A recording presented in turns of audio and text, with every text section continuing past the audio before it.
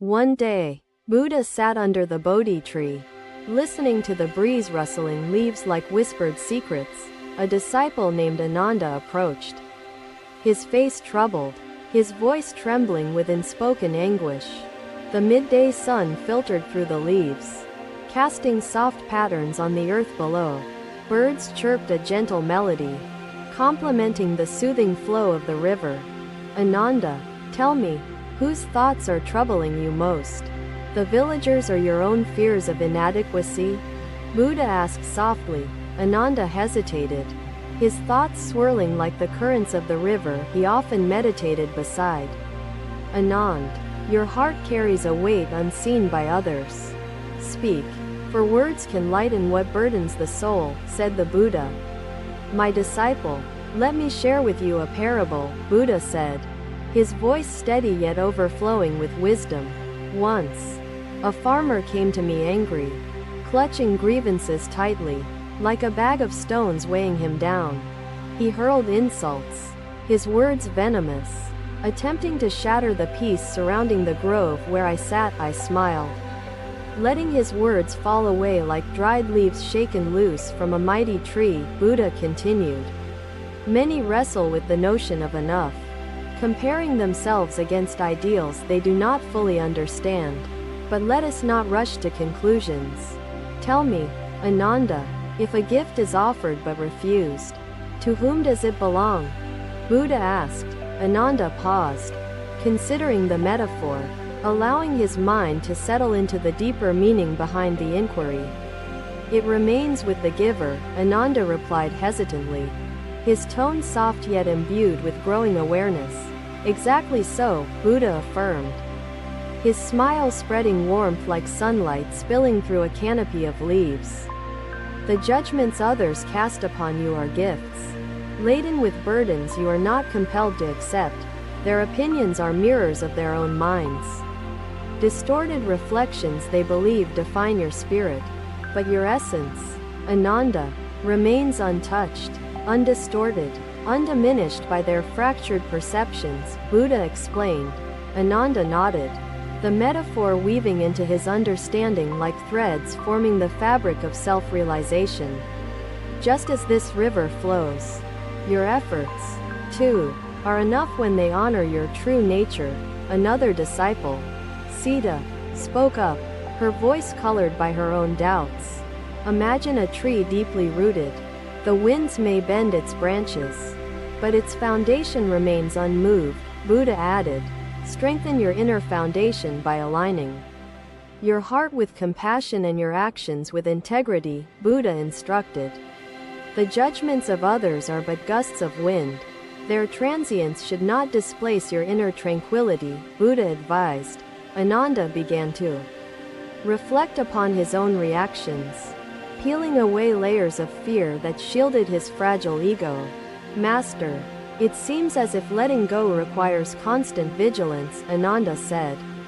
Testing his newfound understanding, Buddha nodded, his wisdom shining through a serene expression that softened Ananda's perception of his own struggle. "Do they struggle against the current or try to control it?" Sita glanced at the water, imagining the rocks resting beneath the surface. "No, Master, only then will you walk the path to liberation, unshackled by criticism or the need for validation," Buddha asserted.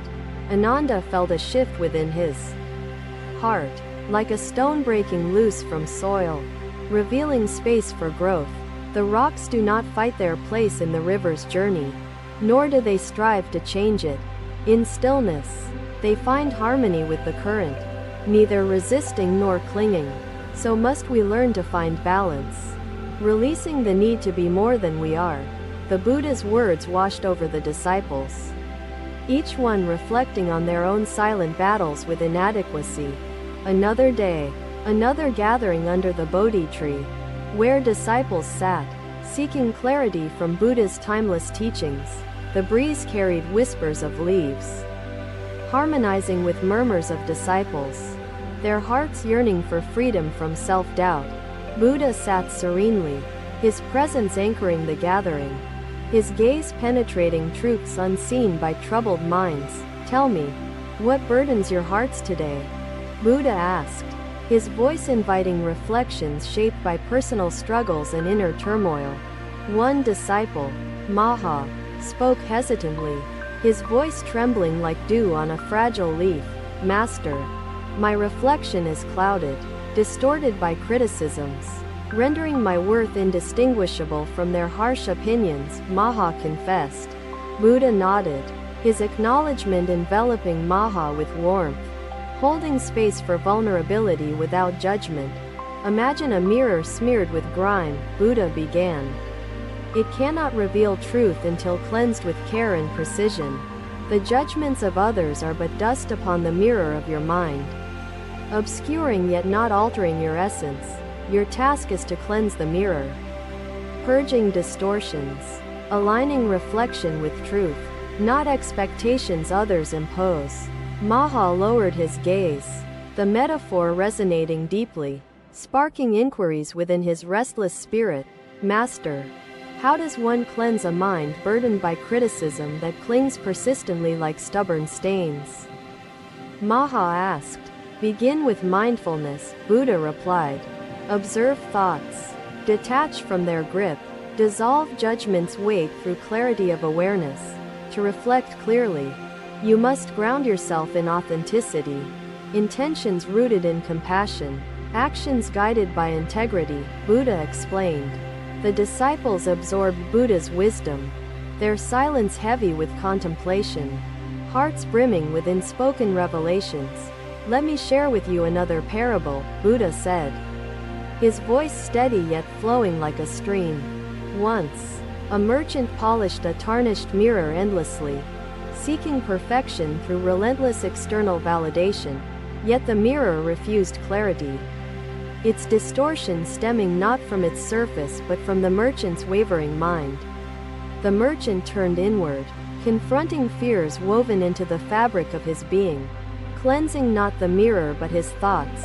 Only then did the reflection reveal truth, unhindered by impurities imposed by the judgments surrounding him.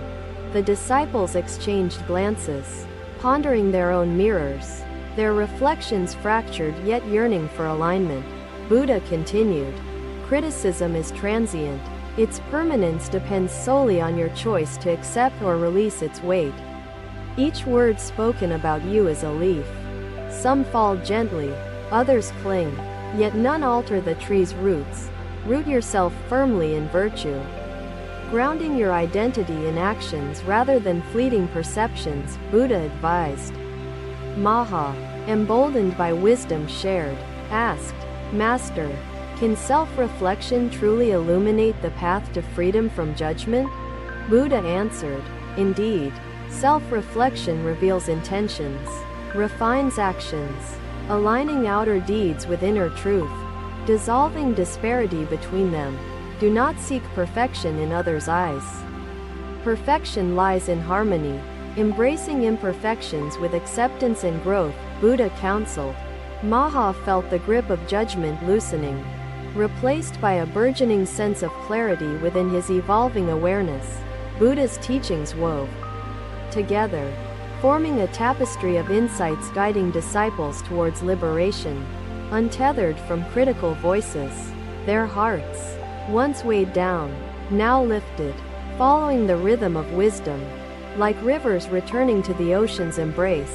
As the sun set, its golden hues enveloping the grove, disciples sat united, their mirrors steadily cleansing. Buddha's timeless presence continued inspiring freedom, reflecting truth beyond the transient distortions of judgment. Another day, another seeker approached Buddha, carrying a birdcage in trembling hands, his face shadowed by deep inner turmoil. The cage contained a sparrow, its wings fluttering desperately against the bars, seeking freedom beyond its small prison.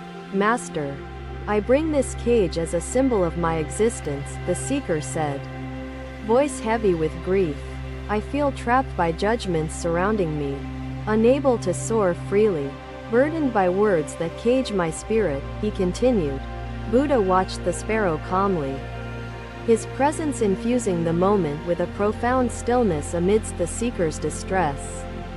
What do you believe binds you to this cage? Buddha asked, his question weaving through layers of the seeker's mind. Fear of disapproval, the seeker confessed. I crave acceptance, yet find myself imprisoned by the very need for validation. Buddha lifted his hand, opening the cage door, allowing the sparrow to take flight into the open sky. The sparrow's freedom was always within its reach. The cage exists only within the mind, held together by fear, Buddha said. The seeker stared at the empty cage, its absence revealing a truth he hadn't recognized in his own inner world. Master, how can I unbind myself from this cage? He asked, desperation lingering in his voice like fading echoes. Freedom comes from understanding. The judgments of others are shadows, fleeting and insubstantial against the light of truth, Buddha replied, each word spoken against you builds bars only if you accept them as realities rather than reflections of other minds. The cage exists because you construct it, brick by brick, attaching importance to opinions of those who do not understand. Recognize that their judgments stem from their own fears, their own struggles. They do not define your essence, Buddha explained. The seeker began to tremble, the cage a metaphor unraveling in his thoughts, exposing illusions he had embraced. Master, what steps can I take to dismantle this cage? The seeker asked, hope flickering behind his words. Begin with detachment, Buddha advised. Observe the judgments without absorbing them. Like clouds drifting across an infinite sky, detach yourself from craving approval. Instead, focus on your own intentions and actions, rooted firmly in compassion, Buddha said. When you align your deeds with your inner truth, the opinions of others lose their power to confine you, Buddha added.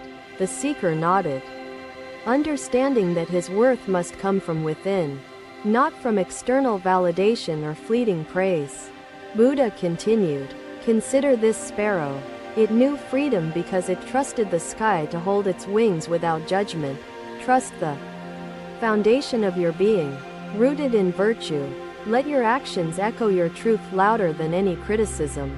Fly unshackled by fear, as the sparrow does, knowing you are free from the cage others construct around you. The seeker felt a lightness within his heart, a space opening where fear once dwelled, allowing wisdom to take root.